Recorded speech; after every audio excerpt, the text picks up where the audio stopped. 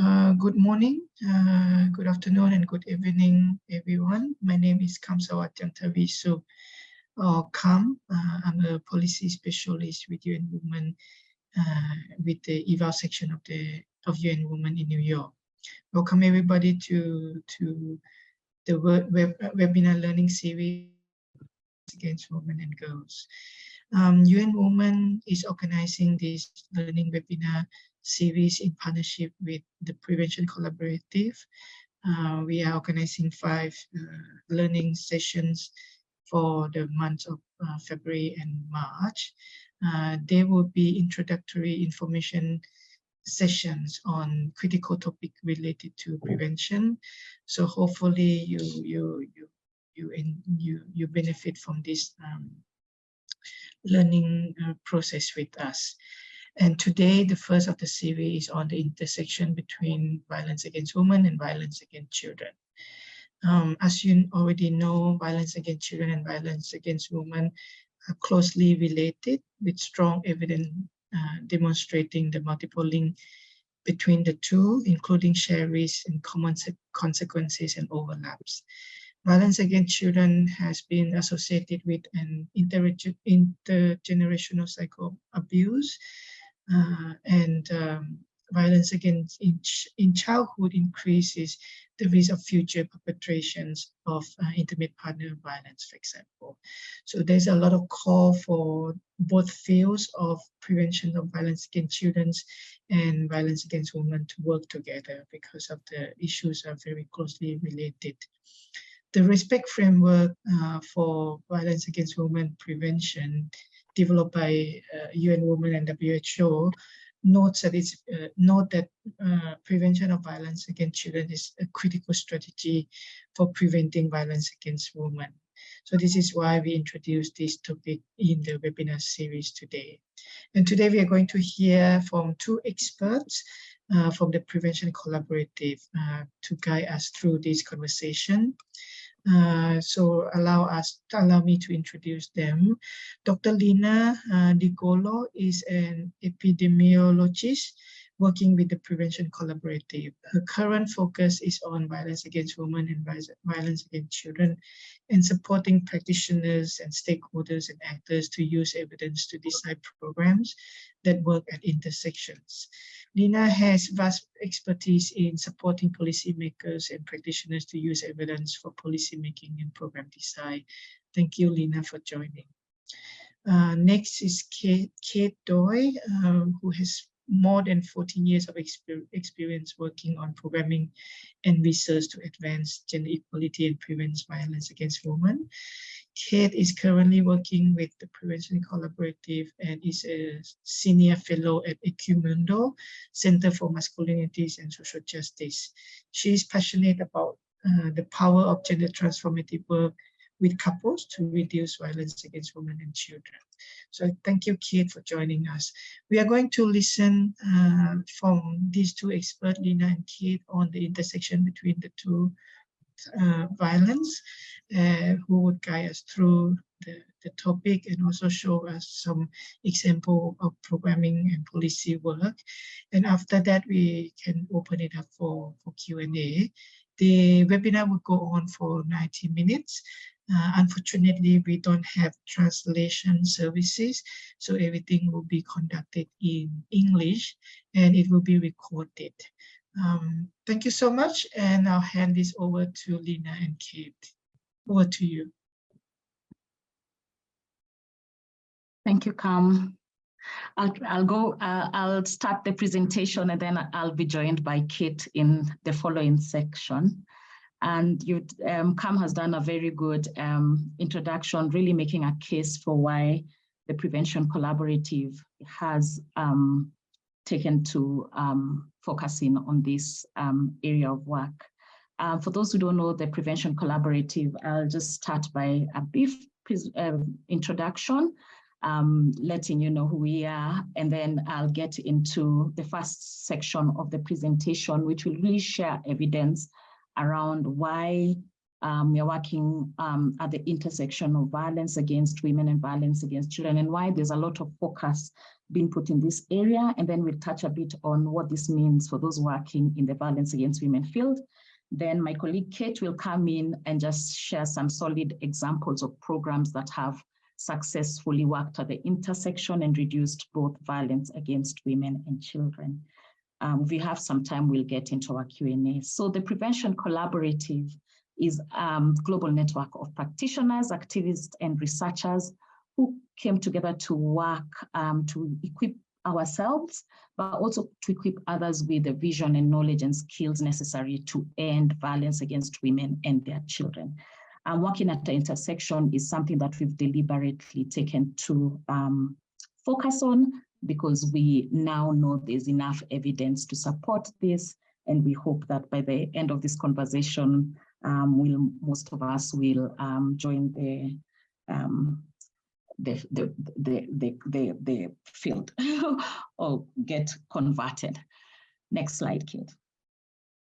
So I just want to start by reminding us what I know most of us know.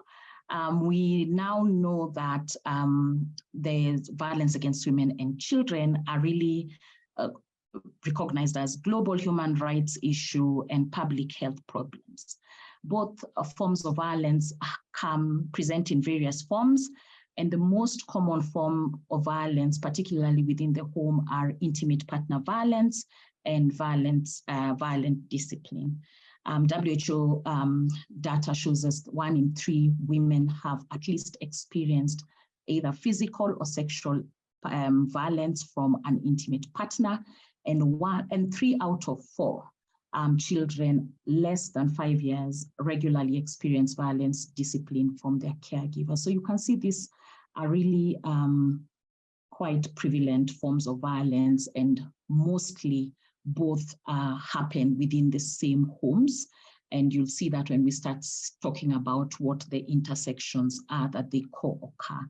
So hence, these are the 2 forms of violence that we'll be focusing in this presentation. Next slide. So we now have evidence showing us various points of intersections of the 2 forms of violence. And in the next few slides, I'll just be unpacking this, but we now know that they intersect in both forms have shared risk factors. They're driven by common social norms. They have common and compounding consequences. They co-occur in the same households, and they have intergenerational cycle of effects. And we know that there's an overlap of the 2 forms of violence in the adolescence age group. Despite this information coming out in various studies, there's still a lot of programs and researchers and policymakers using the traditional pattern where the 2 programs are being run in parallel and distinct trajectories. So we are hoping to start this conversation and start thinking how we can find the opportunities where possible, we can synergize these 2 forms of violence and bring them together to achieve impact in reduction of both. Next slide. I would like us to just stop here and reflect. Is it Johanna? Could you really help us put up poll 1 on screen and just see? Sorry, I'm not able to view. I would like us to take a chance to look at the first poll and just to get a feeling on where each one of us are working. Are you working in the violence against women field, violence against children, or both? It would be interesting to see who's already working at the intersection. So take time to participate in the poll. I can see a lot of us are already doing so, a huge number of us working in the violence against women space. We have colleagues from the violence against children space. Very good to see that we already have people working at the intersection. It'll be interesting to see who the other are. Please use the chat box to let us know what the other fields are, and even why you're interested in really learning more about working at the intersection. So as we go on with the poll, so I hope everyone, I don't know if we can launch the poll, but it looks like half of us are from the violence against women space, and 8% at least from the violence against children space, which is a good mix, and we hope that we'll continue seeing this kind of collaborations even in the webinar. Next slide.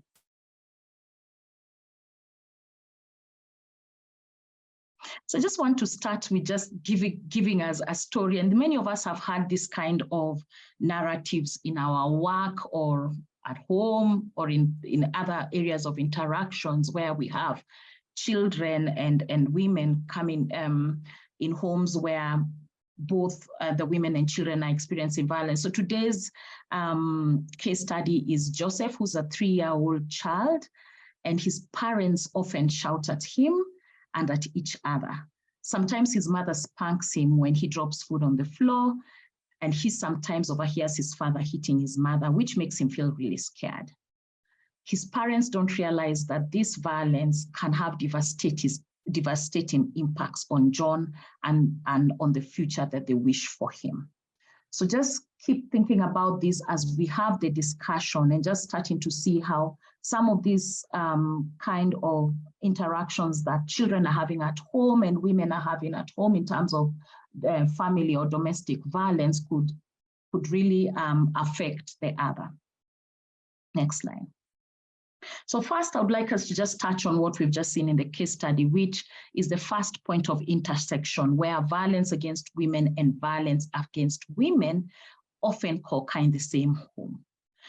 So this is something that evidence is now showing us that just many children, just like John, are growing up or being raised in homes where their mothers are actually undergoing violence. We now know that this could be due to a various number of things, including patriarchal family structures that maintain male dominance within the home and normalize violence for both violence against women and violence against children. And norms that really just justify subordinate family members, and mainly this would be women and children. So we also know that parents who use or partners who use intimate partner, parents who use or experience intimate partner violence are more likely to physically punish their children. So even as we are thinking about violence against women or violence against children, and working and thinking about where to work if we'd like to bring or to reduce both forms, then homes would be the place to go to if we'd like to effectively use the resources we have to reduce both forms of violence. Next slide. So another point of intersection is that the two forms of violence have intergenerational effects. And this is, we now know that evidence is now showing that experiencing violence discipline in children and being exposed to intimate partner violence in childhood both increase risks of violence in adulthood. Let me say that again. When children undergo violence in a home, harsh discipline, and those who witness their mothers undergoing intimate partner violence are more likely to have higher risk of either being victims of violence or perpetrators of violence in future. Evidence also shows that these children are also more likely to use violence against their peers later in adolescence.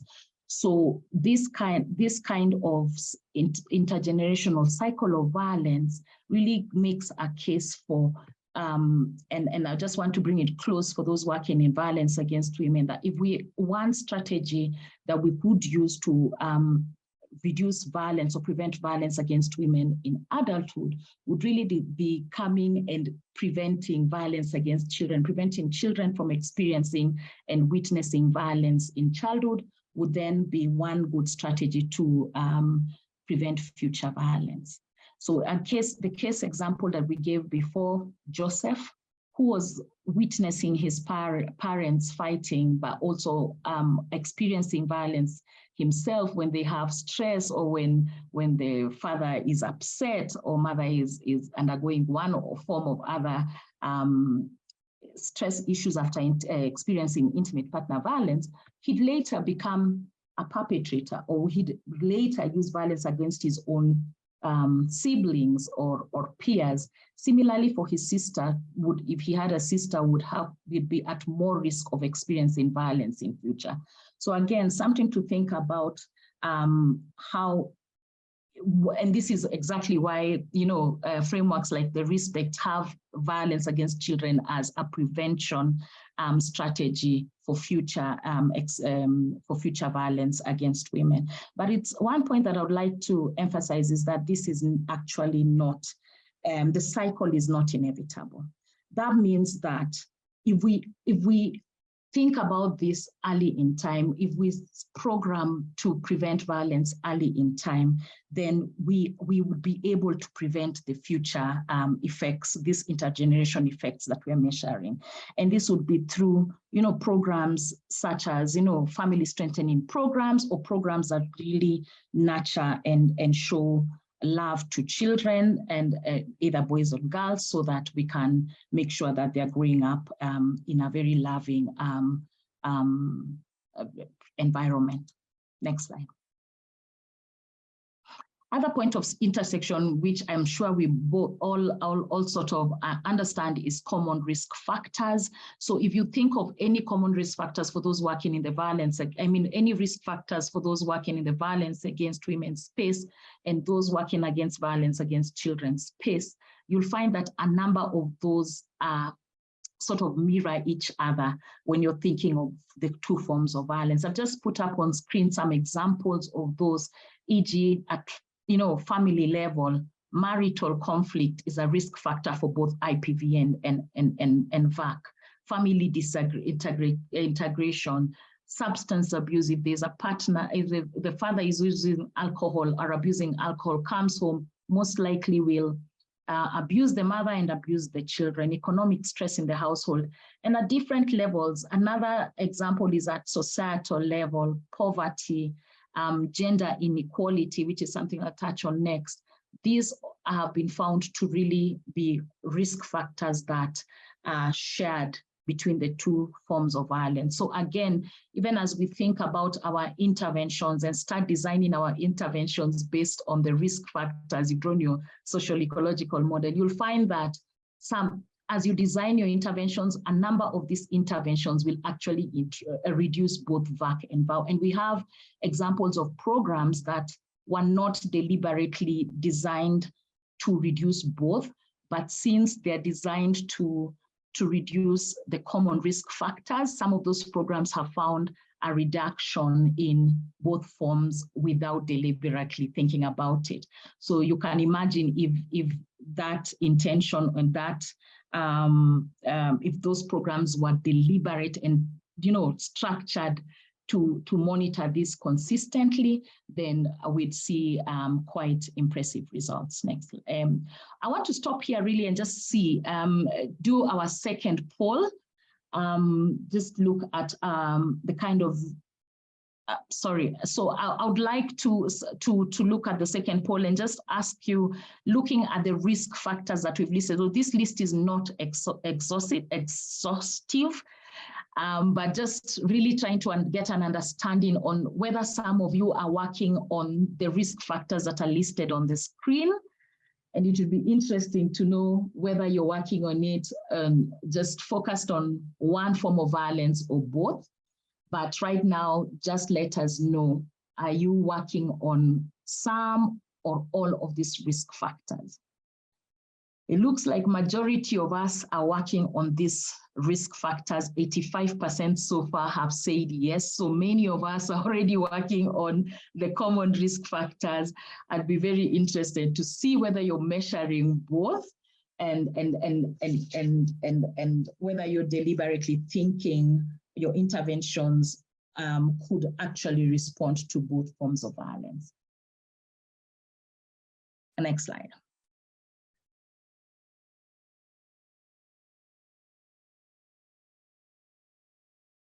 So the third way that violence against women and children intersect is that they are driven by common social norms. And there are many norms that have been mentioned in various studies that really drive both of these. So just give a few examples on this. Norms that encourage physical violence or corporal punishment, whatever you'd call it, and really encouraging this or driving this both violence against children in the house, punishing children, as they would term it, when they misbehave, or talking about women deserving to be beaten sometimes when they do not, agree with their partner, or when they do not cook well. So looking at homes where it's acceptable to beat what are termed as subordinates, women and children, such norms really drive violence, both forms of violence within households. Also norms that drive, that really encourage women and children to be obedient. And if they're not obedient, then they need to be punished for it. Norms that encourage privacy and encourage people to keep secrecy around any violence happening between a home because it's a family issue. All these examples of norms drive violence against women and children and sustain them within the community where people then think that it's acceptable. For those who don't understand or have not interacted with social norms are unwritten rules, values, and expectations that are within communities, which often are socially enforced. So people will believe in them, people will sort of like practice them, but they're not really written rules.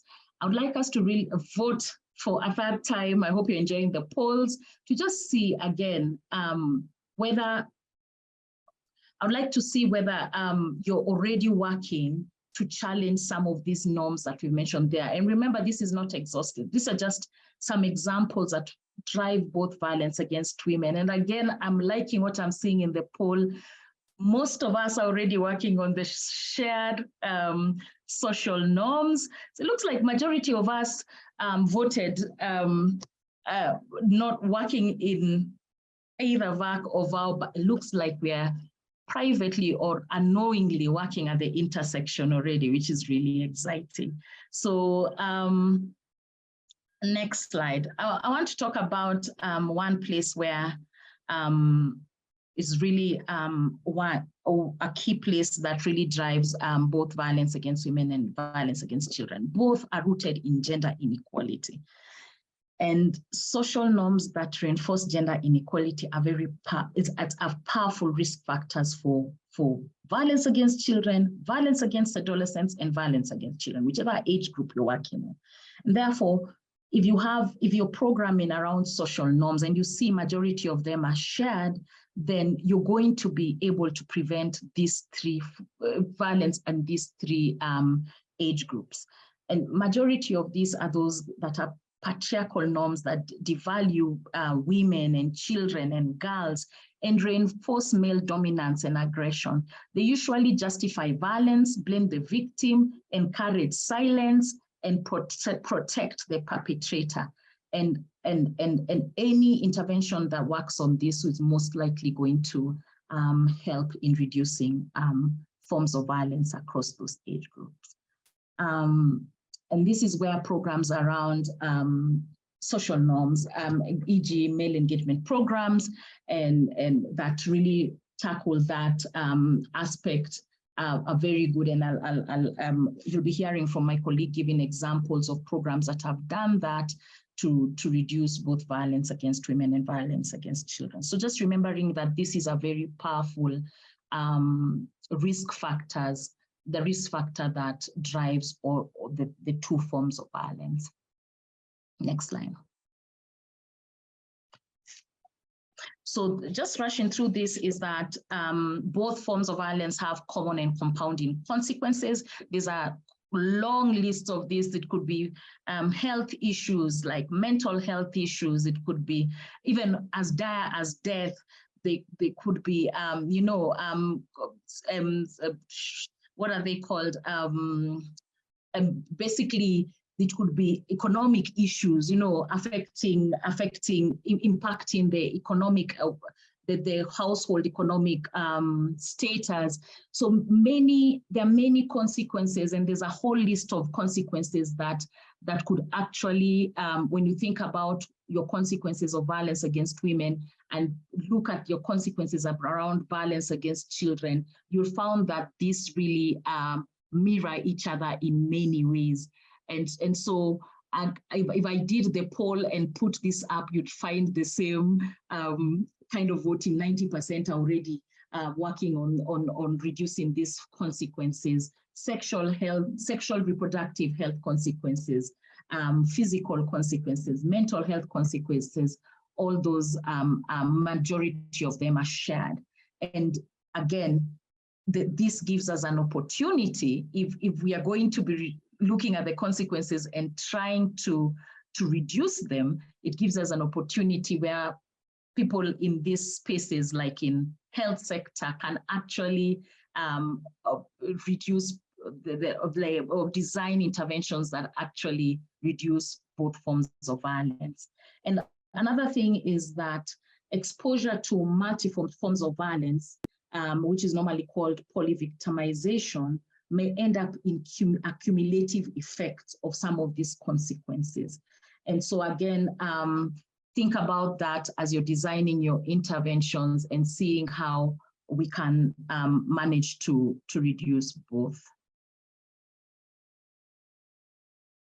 Next slide. The final a point of intersections that I would like to mention is adolescence. And this is the age where these things become blurry. Is an adolescent an adult? Is an adolescent a child? And even when we're programming, sometimes they're forgotten, because how some organizations are designed is that children are seen to be below the age of 15 and below, and sometimes it's 18 and above, and then there's this age group there that no one knows what to do with. And this is the age group, and we've seen in most of our violence against children population surveys that this is where the problem begins. This is the most where there's elevated vulnerability for both VAC and VAW. Many of the girls are now starting to experience intimate partner violence, but they're still children. They're still living with their caregivers. They're still undergoing violence. So this is where now it's a gray area where even as we are doing our programming, we need to think about how to program and include adolescent girls, because they're quite vulnerable to both forms of violence. Examples I've put on the screen of some of the issues that appear to them is early marriage, childbearing, and these are just risk factors that still continue to put them at risk of violence against both women and children. So I'd like to stop there. I can see comments coming on the Q&A section. We're going to have a Q&A session, but I want to hand over to my colleague to take us through the next section, which we will be looking at programs that have shown success in working at the intersection before we get to the Q&A section. Over to you, Kate. Thank you, Lena. And I think, as Lena said, it's really exciting to see how many people on this webinar are already working to address some of the sort of shared risk factors and common social norms that are underlying both violence against women and violence against children. And I think one of the things that we want to stress in today's webinar is that because of these intersections, like common norms and risk factors, it also means that common solutions are possible to reduce both forms of violence. And that really underscores the importance of having shared prevention strategies.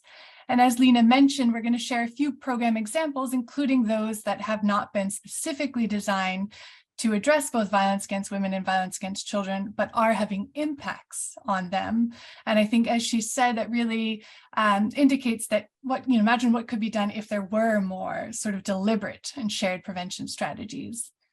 And I think another key takeaway that we really want to underscore is how preventing violence in childhood is essential for long-term prevention of violence against women. So as Lena shared, sort of experiencing violence in childhood, whether that's violent discipline and or witnessing violence against one's mother is a really strong predictor of later using violence against women for boys when they're adults, but also for girls to grow up and experience intimate partner violence in their relationships. So it really points to a need to consider violence in childhood when we're looking at long-term prevention of violence against women. And so we want to highlight just a few program examples that have either been designed to address violence against women and violence against children simultaneously, or have shown impacts on reducing both forms of violence. And these are just a few examples. They're not exhaustive of all the programs that exist that have done so. But what we want to highlight is sort of what the evidence is saying, that we know from both, fields of violence against women and violence against children, that it is preventable within programmatic timeframes. There's, a lot of evidence that's been generated over the last particularly decade from both fields. And there's a growing evidence base that shows that programs can actually reduce both forms of violence, so intimate partner violence and violent discipline of children at the same time. And that evidence is coming from a number of different types of programs. So it's coming from the violence against women, prevention field. It's coming from those working on violence against children. It's coming from parenting programs. And we're going to highlight a couple of today that are coming from the violence against women field, but including some that were not specifically designed to address both forms of violence. And very encouragingly and interestingly, I think a majority of the programs that have shown reductions in both forms of violence are coming from low and middle income countries. So there's been a lot of programming that's been developed and evaluated over the last number of years that really is showing it's possible to reduce both forms of violence. And while we are highlighting a few program examples and the evidence is growing, we do want to underscore that it does remain limited to a few interventions that have been implemented in just a few settings.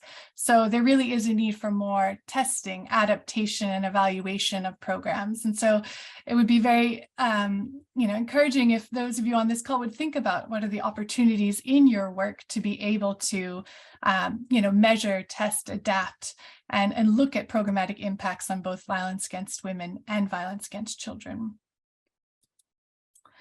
And so the first program that we wanted to share with you is the Bandebareho program, which means role model in Kinyarwanda, which was adapted from Program P and implemented in Rwanda. And this program was designed to address both violence against women and violence against children, but was primarily designed to address violence against women. So it had a very small component that was looking at parenting and use of violence against children. And it's a gender transformative program, sort of a men's engagement program that promotes men's engagement in maternal, newborn, and child health, caregiving, and healthy couple relations. So it really uses parenting and fatherhood as an opportunity to engage men in a program that aims to help them to build healthier couple relations. And so it's targeted at parents who are either expecting a child or have children under 5 years, that are over age 21. So they're either married or cohabiting together. And it includes 15 structured small group sessions. So it includes both sessions for men only, as well as couple sessions. And it's facilitated by trained peers, so in the original pilot, and now it's being scaled up through the community health system in Rwanda and being led by community health workers. And the curriculum really focuses on those entry points to begin to work with couples, to challenge, inequitable gender norms, the social norms that Lena was highlighting, and to be able to build healthier couple relations. So skills building, promoting couple communication, trying to address a number of those different risk factors that Lena highlighted earlier in the presentation. So working to address social and gender norms, working to build couple relation skills, and working with both men and women to do so, and raising their awareness of violence and its consequences, and working with them to build skills to be able to resolve conflict without violence. And the Bandebareho program was evaluated using a randomized controlled trial, and it found that So roughly 2 years after the program baseline, they found significant reductions in women's experience of intimate partner violence. So not just physical and sexual, but also emotional and economic violence. And it also found significant reductions in parents' use of physical punishment on children. So both men's and women's use of physical punishment. And I think this is very exciting because, as I mentioned, the program was primarily designed to address violence against women, but did have just a small sort of one session that focused on the use of violence against children. So it was very encouraging to see reductions in both intimate partner violence and physical punishment of children. And more recently, a sort of 6-year follow-up evaluation of this program has been conducted, and the results are forthcoming, but that evidence shows that both the reductions in intimate partner violence, physical, sexual, emotional, and economic, as well as parents' use of physical punishment, have been sustained over this 6-year period. So it's one of the longest, if not the longest, follow-up of an intervention of its kind, showing that really reductions in violence can be sustained over time. And they point to the critical importance of working with both men and women and building these couple relationship skills and challenging inequitable gender norms and working with men and women to see the benefits of more positive and more equal relationships between men and women. Another program that we wanted to highlight was Indashikirwa, which means Agents of Change. And this program is also coming from Rwanda. And similar to Bandabarejo, it's also a gender transformative intervention for couples, but it was specifically designed to prevent intimate partner violence. So it was not designed to address parenting or violence against children. And it was designed for couples who are participating in village savings and loans associations. So this was implement a separate couples curriculum that was implemented with couples who are participating in the VSLAs. And it included 21 participatory small group training sessions for couples who are facilitated by experienced staff from the local NGO Ramrek. And it was part of a multi-component program. So it included women's safe spaces, training of opinion leaders, and community activism. And these different components of the program were evaluated as part of the What Works to Prevent Violence Against Women program that many of you might be familiar with. And what an evaluation found is that the couples curriculum in particular, a cluster randomized control trial found that it led to a significant reduction in women's reports of experiencing physical and/or sexual intimate partner violence. So a reduction 55% of odds of experiencing physical or sexual IPV. And although it was not designed specifically to reduce violence against children, they did measure the program's impact on parents' use of physical punishment of children. And they found that it did lead to significant reductions in parents' use of physical punishment. So even though it was not designed to do so, the intervention did lead to reductions in both violence against women and violence against children. And some qualitative research that was conducted showed that, by working with couples similarly to Bandabarejo and building relationship skills, challenging inequitable gender norms, and raising parents' awareness of violence and its consequences, parents were able to make the connections between, intimate partner violence and violence against children.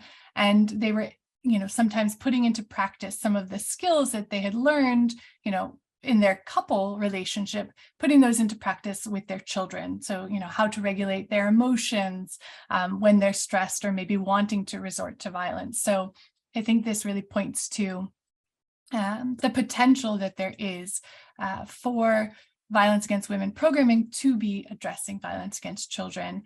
And potentially, more programs are having impacts on violence against children by addressing these shared norms and risk factors, but we're maybe just not measuring it. So I think there is a case to be made for simply doing more to measure and explore some of these impacts, whether it's through quantitative or qualitative research to really understand whether our programs are leading to reductions in violence against children.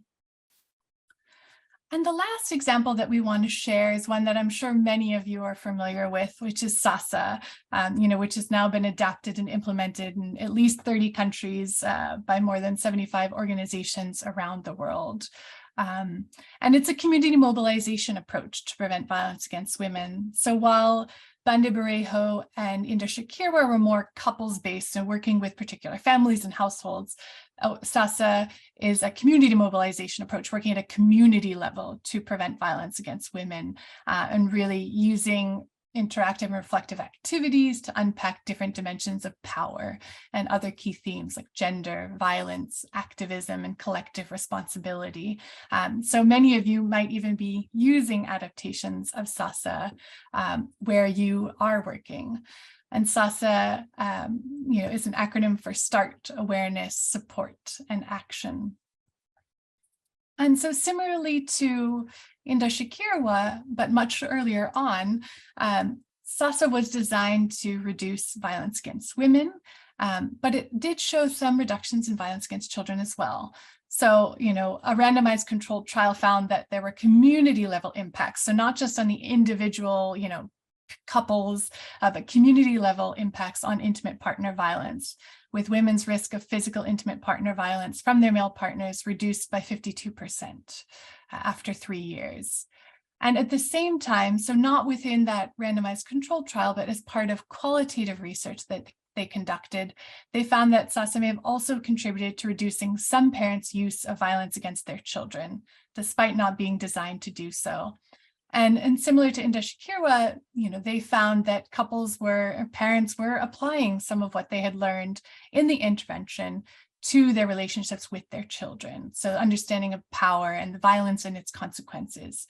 So I think, once again, just underscoring the importance of considering and measuring and looking at opportunities within violence against women prevention work. What are the opportunities to also look at reducing violence against children?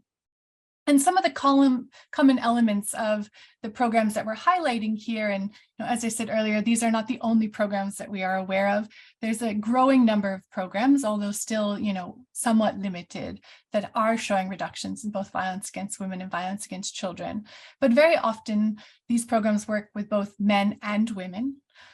They promote reflection on gender norms and power imbalances, so they're working to, be gender transformative, seeking to intentionally address the social and gender norms which perpetuate violence and men's dominance over women. And they're also raising awareness of violence and its consequences, whether that is intentionally looking at both violence against women and violence against children, or only through the lens of violence against women. And they're building couple relationship skills and support and emotional regulation. So addressing some of those risk factors that Lena was sharing earlier on in the presentation, sometimes also looking at alcohol abuse and things that are other types of risk factors. And they're promoting more equitable family dynamics, so promoting gender equality within the work that they're doing. And so, before we move to the question and answer period, we want to kind of highlight, some key takeaways that we hope that you'll take from this, which is really that preventing violence against children is critical for the long-term prevention of violence against women. So, there are entry points within existing violence against women prevention programs to think about violence against children, whether that's measuring impacts, of existing programs or thinking of ways to adapt programs. So we've seen that there are, programs out there that are showing reductions in both forms of violence. And what could be done, if we were more deliberate and intentional in trying to address both forms of violence at the same time, knowing that, many of us are already, whether we're in the VOW field or the VAC field, we are addressing similar norms and risk factors. There's a lot of potential for synergies there, but also a need for more concerted efforts to bridge the two fields to enable coordinated prevention strategies. And I think today, we've been focusing in on prevention. And so there's also conversation around, what needs to be done in addressing response to both types of violence. And I think there's much more, a different type of conversation to be had, because there are instances where it doesn't make sense for response to be addressing both forms of violence. But within prevention, there seems to be a lot of opportunity and evidence that we can do more to address violence against children. And by reducing children's exposure to violence in the home, we can help to, in the long term, prevent future violence against women.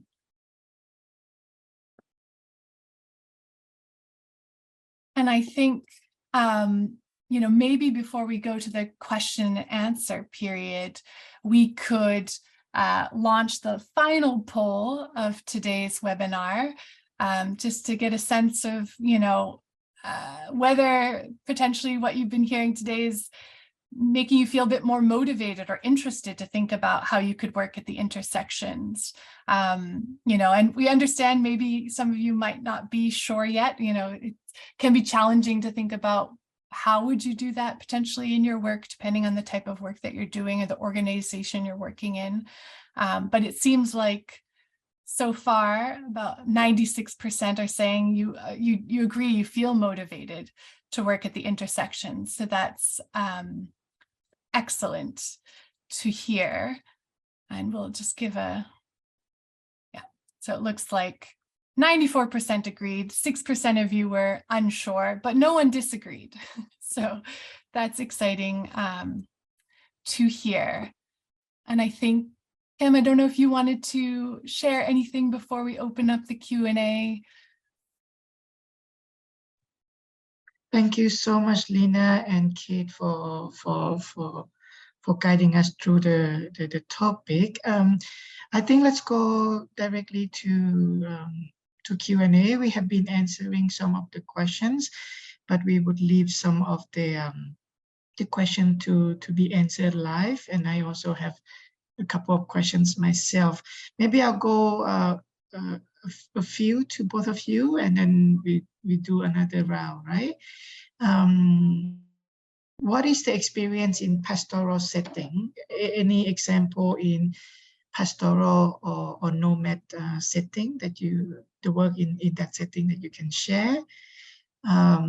That's question from Hussein Ahmed. Another one is from Nico Fernandez. It's around the role of social media and behavior violence among children, how ICT is facilitated cyberbullying in children, and how that can be addressed, and if there's any example of that link to violence against women. And the third one from Niha Goha, it's around any example on economic empowerment programming work in addressing poverty and how that link to violence against women and violence against children. So let's start with those three, and we go for the second round. Over to you, Lina and Kate.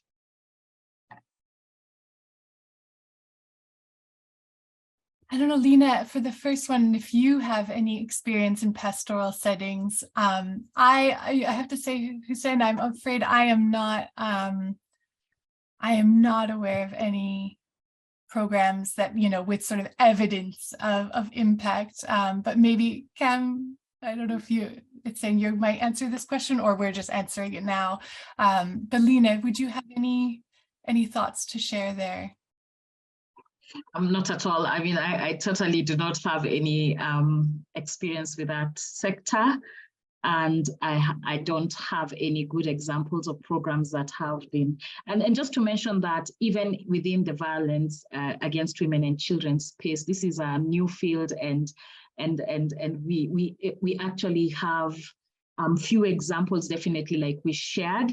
So this is a space that really doesn't have too many examples, even in the violence space, to share. So of course, encouraging everyone to. And it's interesting to see that everyone is interested at working at the intersection. I think this is one area that there's still a lot of space in terms of generating evidence within the specific sectors that you work in. Yeah, and I think, as Lina said, and I think we highlighted in the presentation too, there's a few programs that are showing this. They haven't been adapted to a lot of different settings yet. So, that's also a question of kind of how effective they are when adapted to different settings, and particularly to the challenges maybe of pastoral settings. Thank you. Would you like to go to the question on social media and on economic empowerment program? Lina, do you want to respond to the one on the Violence Against Children framework? Sorry, I can't see the questions because I logged out. I don't know if you could repeat it. Sure. It says, can you elaborate on the role of social media on the behavior of violence on children, in particular by peers who use ICT to bully, extort, or harm other children? Are we considering this peer-on-peer violence in our Violence Against Children framework? Yeah, I think social media is now one of the platforms that's been highly recognized as a platform that's driving violence against children and even violence against women and as a whole. And there's a lot of research being done around it and interventions that have been designed to try and reduce this form of violence. Again, this is an area that is not one that I'm highly familiar with, but yes, just to answer your question in short, is that it is being recognized and it's been continuously being used, not only on peer-to-peer, but also adult to children, and more often we're now even seeing children to adults. So it's one of the spaces that we need to look into, need to see what opportunities are. We can't ignore it. Regarding whether that's a space that we can use in terms of working at the intersection, my answer would be yes. Again, just remembering that the place where you would start is thinking about, so what are those shared risk factors? And is there a space for designing an intervention, a digital intervention, an intervention that can really look at online violence and bring it down? And so long as you're going for the shared risk factor, shared common social norms, all those things that we shared, that these two forms of violence intersect, then it doesn't matter which platform you use. I think that would still reduce both forms of violence. I don't know if there's anyone else in the panel team who's really working more closely on online violence who'd like to comment, but I think the principles remain the same. Thanks, Lina. Team, anyone? Yeah, we have been exploring the work on facilitated online facilitated violence or technology facilitated violence and violence happen in virtual space.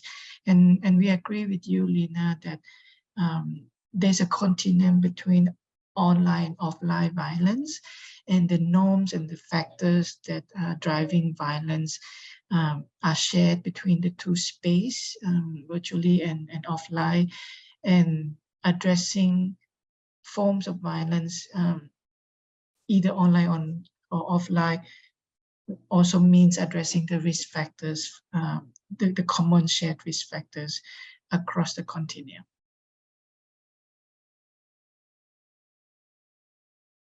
Thanks, Cam. Maybe I could respond to the question about, do these successful programs also focus on economic empowerment as a way of addressing poverty as one of the catalysts for violence against women and violence against children? So yes, some of the programs that are showing impact on reducing violence against women and violence against children are not directly addressing economic empowerment, but are sort of like Inda Shakira we shared earlier, it's tied with, sort of an economic empowerment intervention. So it is like a complementary intervention tied with an economic empowerment intervention through the Village Savings and Loans Associations. There are other programs such as like Sugira Moriango, which is like a family strengthening program that is linked to a social protection program implemented by the government of Rwanda. So some of the programs are directly sort of linked or being designed to reach people who are somehow linked to social protection or economic empowerment programming. But there's also quite a few that are not, so that are either working, directly with couples and parents and families, but not with any sort of focus on economic empowerment.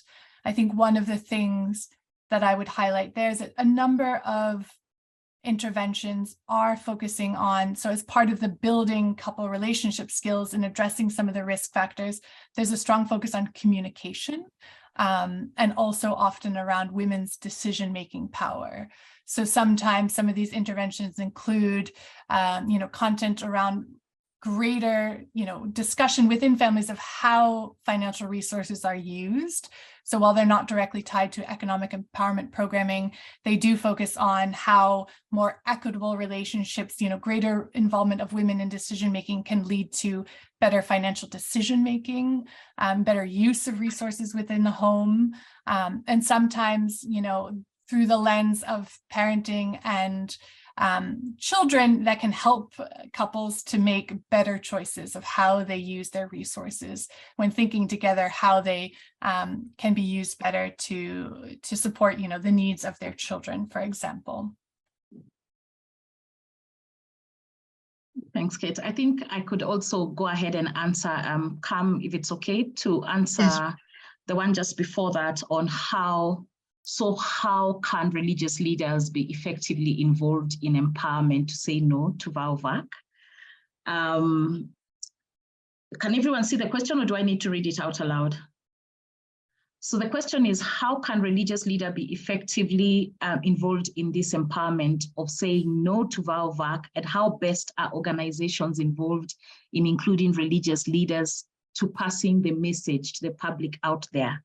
Because they are mostly interact with families. I think the person who wrote this question is absolutely correct, particularly in contexts where majority of families are actually, quite religious, going to church. I think this is quite a common platform, particularly where I come from in East Africa, and I think across Africa.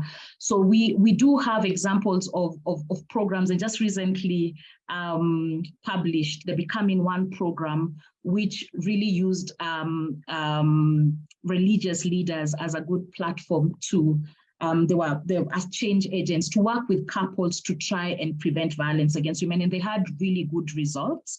It's a faith-based intervention that was implemented in Uganda. I would encourage people to go and read that, quite interesting studies. So yes, the answer to that is that religious leaders are currently quietly involved in this, and we have good successful programs that have shown reduction in violence against women using them as the change agents. I know in Kenya right now we are developing our parenting program, which with an aim of a gender transformative parenting program with an aim of reducing both violence against women and violence against children. And the religious leaders are really highly involved from the different denominations, and we know that most parenting programs are actually run through this platform. So this is going to probably be another example where such platforms are used, and I'm sure many people have similar stories.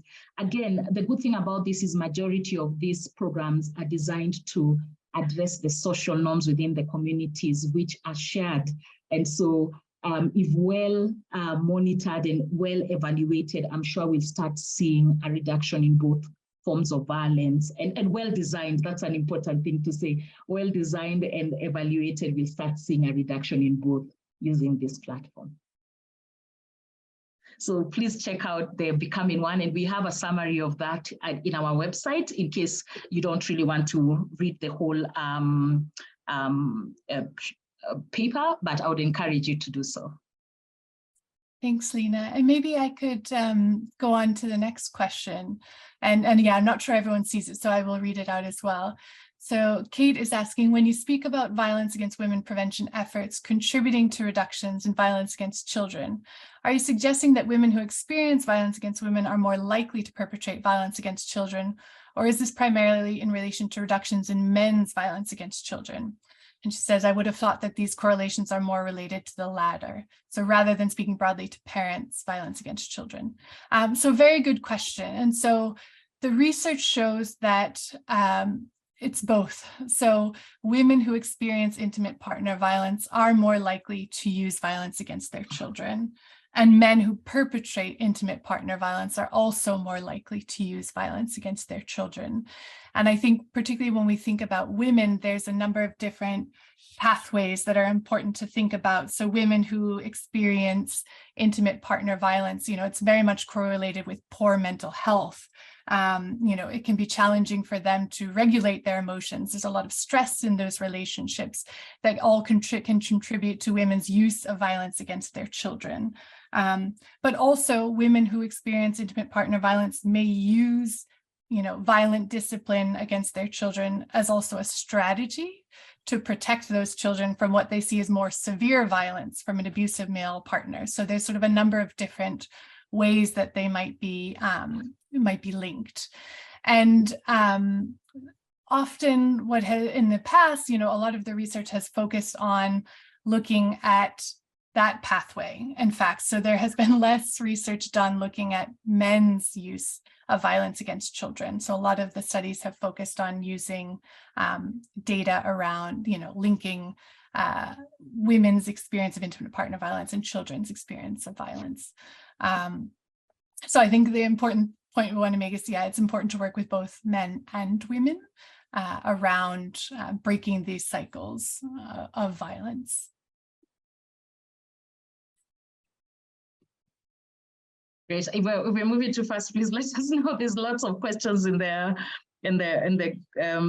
Q&A section, so we'll just capture them as we can. I look at the next one. I don't know if I've jumped on, but there's a question there quite interesting. Would it be possible to elaborate on how preventing violence against children can contribute to preventing violence against women / IPV? And the person goes ahead to say that often VAC, especially corporal punishment, is perpetrated by men as well as women. That is very true. And this is an interesting question because I think once we understand this, then we get to know why. I mean, there's a lot of questions of why must we? People have been working well preventing VAC and preventing VAW. What's the reason behind this? I think there's a number of reasons why I would advocate for why VAC would actually reduce VAW.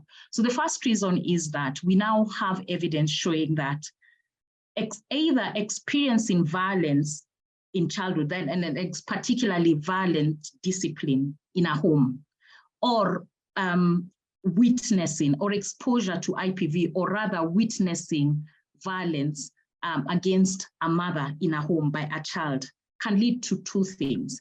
It can lead to, particularly in girls, higher risk of future victimization.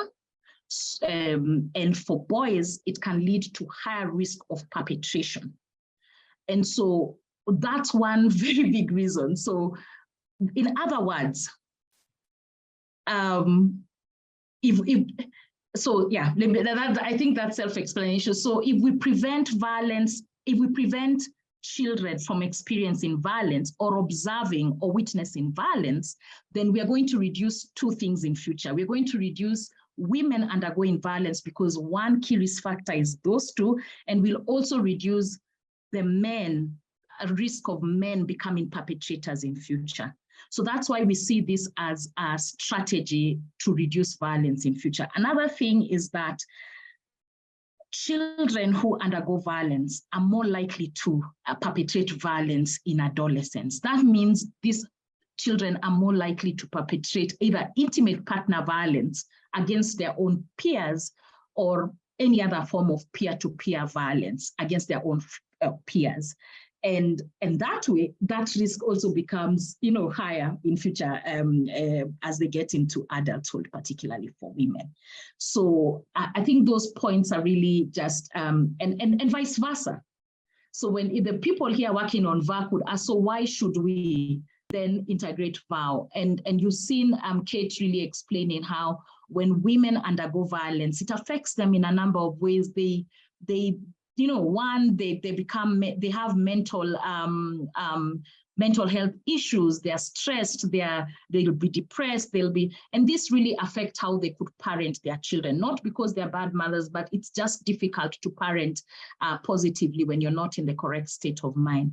But also that many times women use that violence to protect their children. So if they know that a partner is going to be coming and killing their children close to death, when the children does what is thought to be wrong by the partner, then the mother would rather use a form of punishment that might be not necessarily positive or non-violent discipline to violate the child. So this is why we are saying both forms of violence working at the intersection would prevent, preventing VAW would prevent VAC, but also preventing VAC would prevent VAW. I hope that provides some clarity. Kate, do you have anything to answer in terms of that question? No, I think I would just add that sort of, as we noted earlier, because of these shared norms and risk factors, we've been highlighting programs that are primarily aimed at reducing violence against women that are having impacts on reducing violence against children. But similarly, there is evidence coming from programs that were designed, parenting programs or programs designed only to prevent violence against children that are also finding impacts on reducing intimate partner violence. So I think it just underscores how, intersectional, how linked these two forms of violence are, and that by addressing, the norms and risk factors, we can have impacts on both. Yeah, there's a question there on how to start. Interesting. I mean, I think what we are noticing when we work, and particularly the work we've done at the collaborative, to practically, with this evidence saying you should do this. And so we've tried working with different partners and different governments to try helping them think of, so what does it mean to work at the intersection? And one of the things that we are noticing is really critical is that both fields need to learn about each other. So you need to learn where we are coming from, what we do, the kind of language we use, just the basics about what is VAC, what are the definitions used in VAC, what is VAW, what is gender, and those basics and the history of how the two came to be before you start even going into the conversation of the evidence of working at the intersection. So I think for me, the starting point is just getting to, it's actually what my colleague would call take baby steps, because if you skip the foundation stage where two fields get to know each other, get to understand what kind of language each other is acceptable for each field, then you hit dead ends. And practically, when we've done this in policy levels, I think I've participated in 2 countries where things got, people were just not agreeing. And so for me, that's a place to start. Learn about each other's field, learn the basics, and then get into the foundation of what prevention is and how and what works in terms of prevention before you even think about then what intervention you need to adapt. Thank you, Lina. Maybe I can sum some of the questions together because I've also been going through them.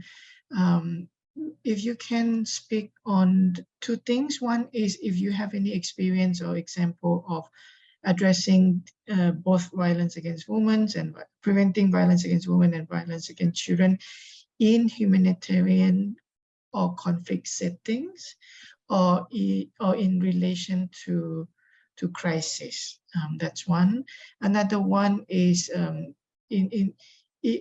to broaden the intersection. Do you have any case study or example of working on this issue intersect with other form of discriminations and inequality or oppression, such as disability, racism, or other forms of injustice? Do you have any example for that, Kate and Lina?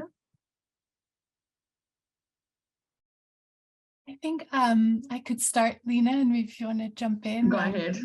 I think, I think as we mentioned earlier, sort of this is, programs and evidence of programs that are reducing both forms of violence is still, there's still relatively limited examples. And so I think there's much more needed to kind of understand, what is working or might work best in conflict and humanitarian settings, with the particular challenges that those bring. So most of the examples thus far, are coming from low and middle income countries, but are, not sort of active conflict or humanitarian settings, sometimes post-conflict settings. But I do think there's a lot more evidence required from conflict and humanitarian settings. But, I think there's a lot of programming that is happening. It's also sometimes a challenge of the, evaluation of that. I don't know if you have anything to add there, Lina. No, I don't have much to add there because, as you mentioned, there's little information on that. I think I'll just let I think we'll go with what you've just said. Okay. And then in terms of addressing other forms of discrimination or racism, I'm not sure to what extent sort of, existing programs where there's this evidence have addressed that. I know, for example, some programs are working to be more disability inclusive. I don't know whether any of those are actively working to, sort of change how people with disabilities are perceived in communities, to change norms about that. I do know, for example, in a program I was involved in Sri Lanka, which was not looking particularly at both forms of violence, but was adapted from a program that was, there was a lot of effort made to make the program more inclusive of people with disabilities. And through that inclusion of people with disabilities in the broader program, that, qualitative evidence showed that it was contributing to changes in how people with disabilities, both men and women, were perceived in their community and how they felt they were perceived by other members of the program as well. But I don't know of sort of any of these programs that are really actively, I think, addressing that. I do think there's a lot of space within, particularly gender transformative programs to look at, particularly when you're unpacking power, like who has power, how is power used? And, I think there's a lot of opportunity within there to look at, different forms of discrimination, but I'm not sure, I don't really have any strong program examples to share. Thank you, Kate and Lina. Going back to the two program example that you provided, there's one question related to that from Oluseyi about the time frame of the interventions.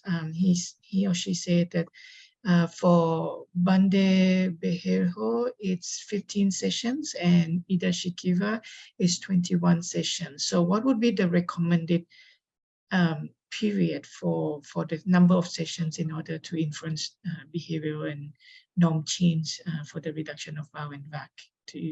Can you speak to that?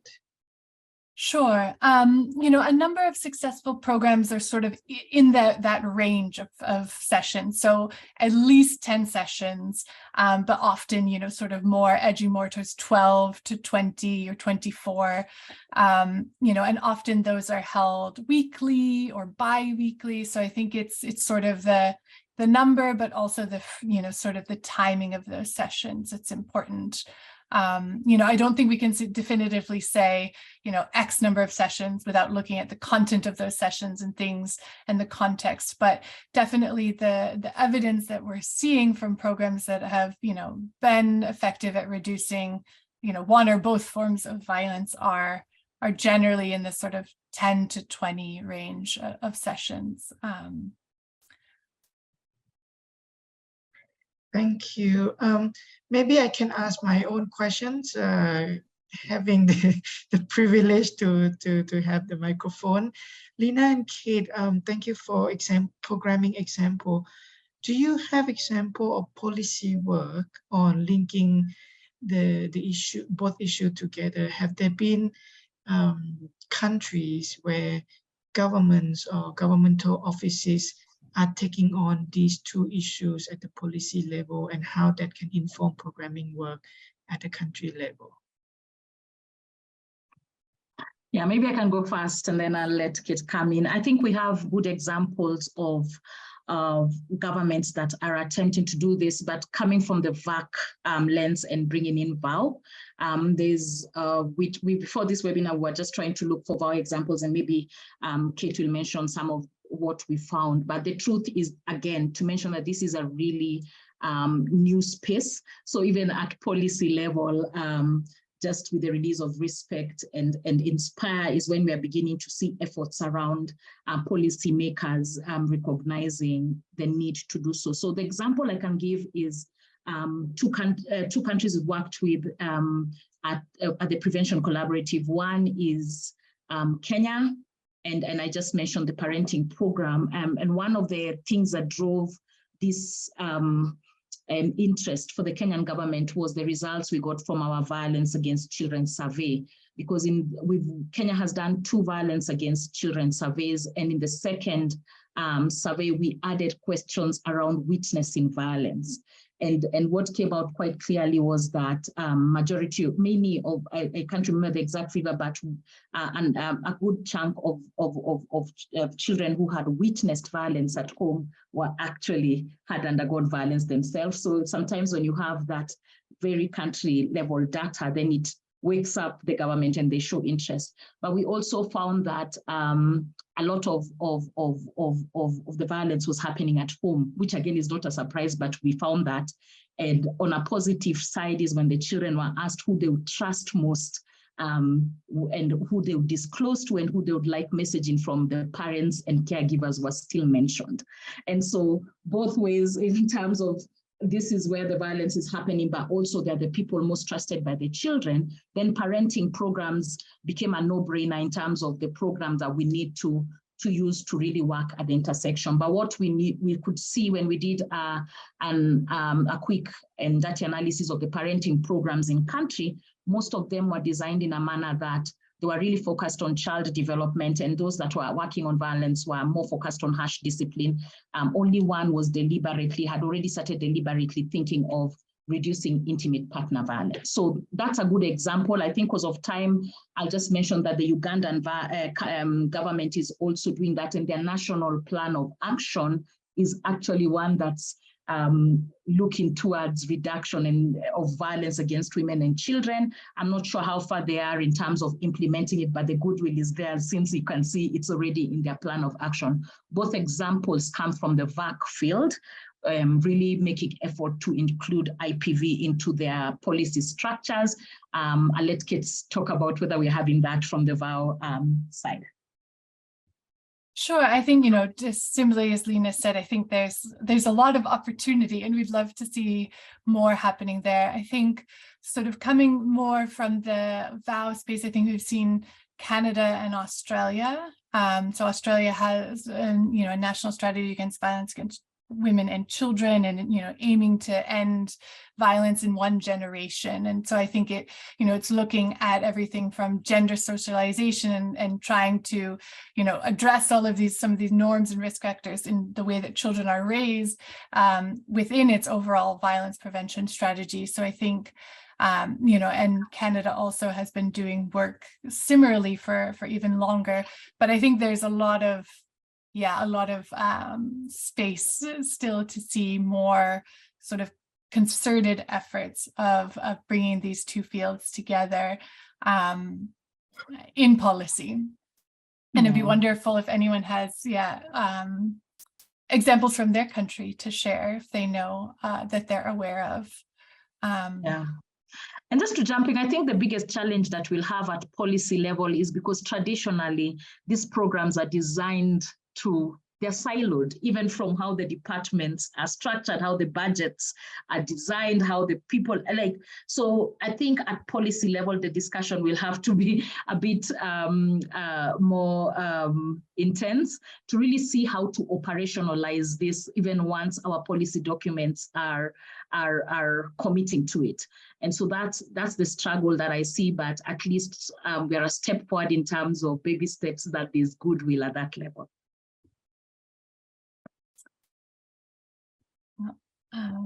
And I'm just looking at the questions to see maybe ones that we can also quickly answer. So Charles has a question, how will you address violence against women and violence against children in rural setups? And I think just to mention that, most of the examples that we do have of programs that are addressing both and have shown reductions in both are in rural areas. So that's really where there is more evidence coming out, whereas like SASA has been done in more urban areas, but like Banda Barejo, Indashikirwa, Real Fathers, Safe at Home, Sugira Moriango, some of the other programs that we have evidence, Parenting for Respectability in Uganda, are really being done more and often in rural areas. So that's where a lot more of the evidence is coming from thus far. I think I see a couple of, very interesting questions, sort of,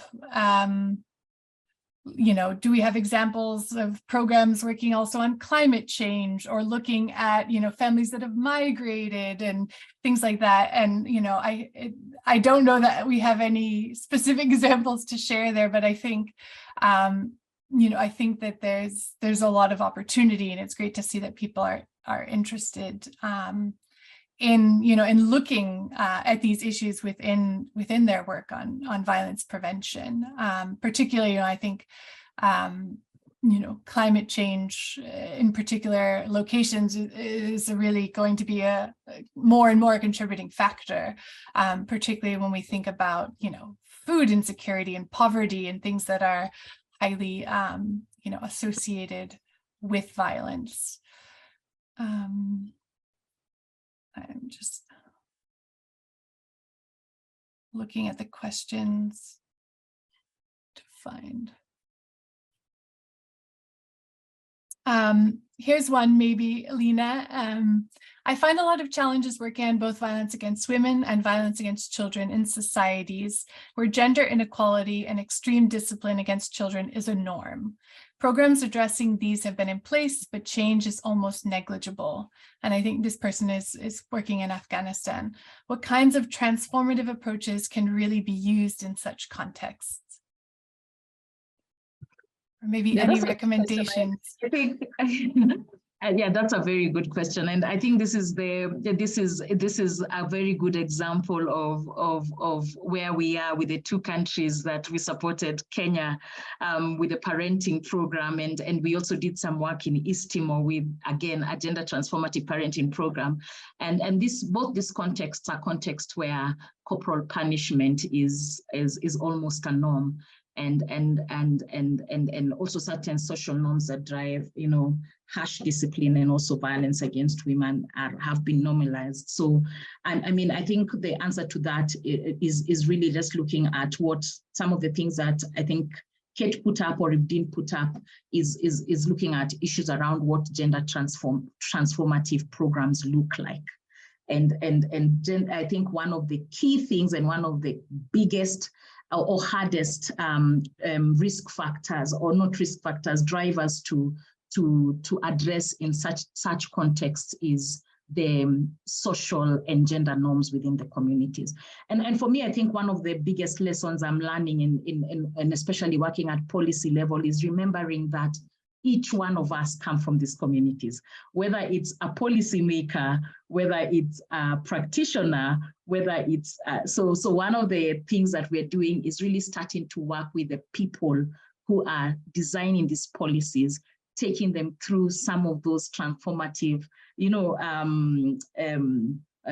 exercises, trying to work with them for a period to change their own attitudes, beliefs, and see whether that would have an impact in terms of the policies that we are developing or the programs that we are designing, because we found that that's one key barrier.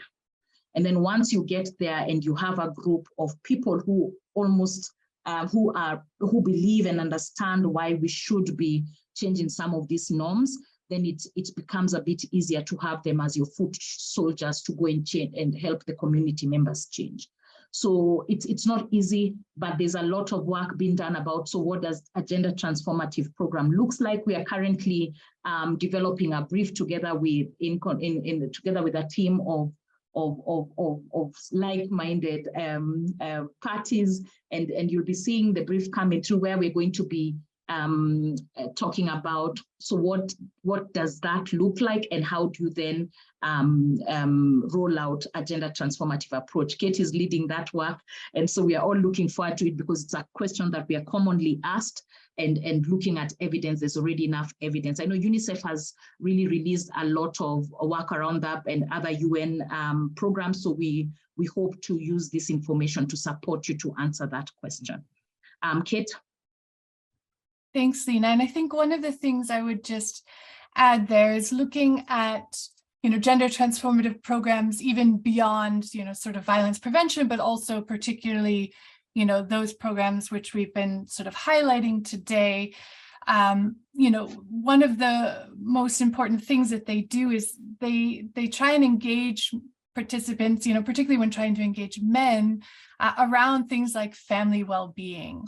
They're not going out and saying, here's a program to promote gender equality, to prevent violence against women or to prevent violence against children, but they're really engaging people in programs that they say are going to support them, the well-being of their families, their success, helping them to achieve the goals they have for their family, and building some of those skills that address those risk factors, promoting couple communication between men and women, creating spaces where, there's then opportunity for them to see what are some of the benefits of more equitable ways of interacting between men and women. And so I think in context where some of these norms are really, really deeply entrenched, there's sort of opportunity to work with couples or families and men and women to kind of start to see what are some of the benefits of different ways of being, and then try and, further, push against some of these norms,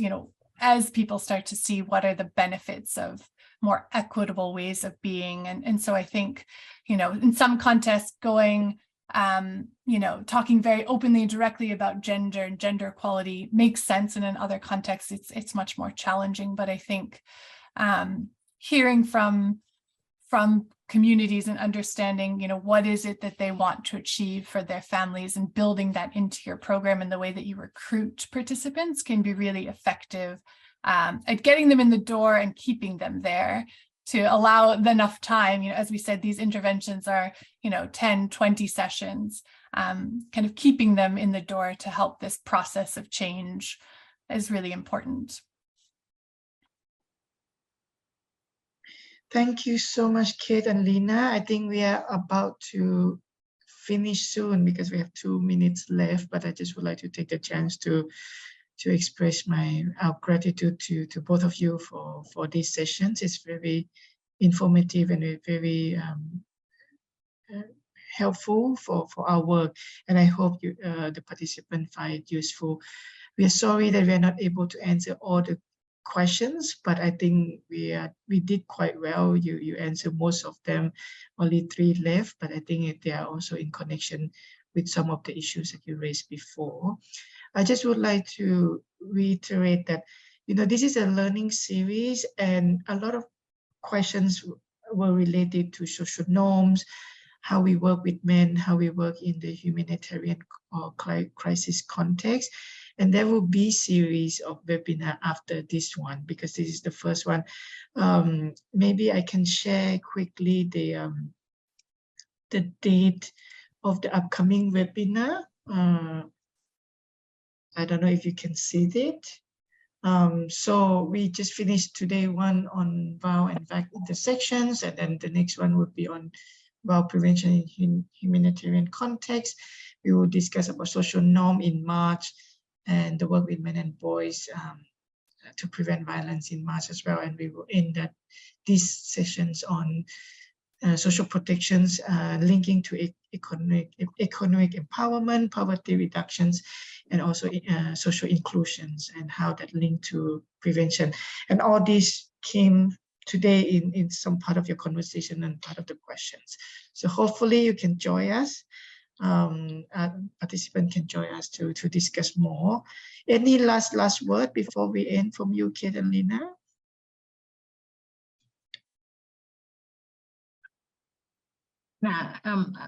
Sorry.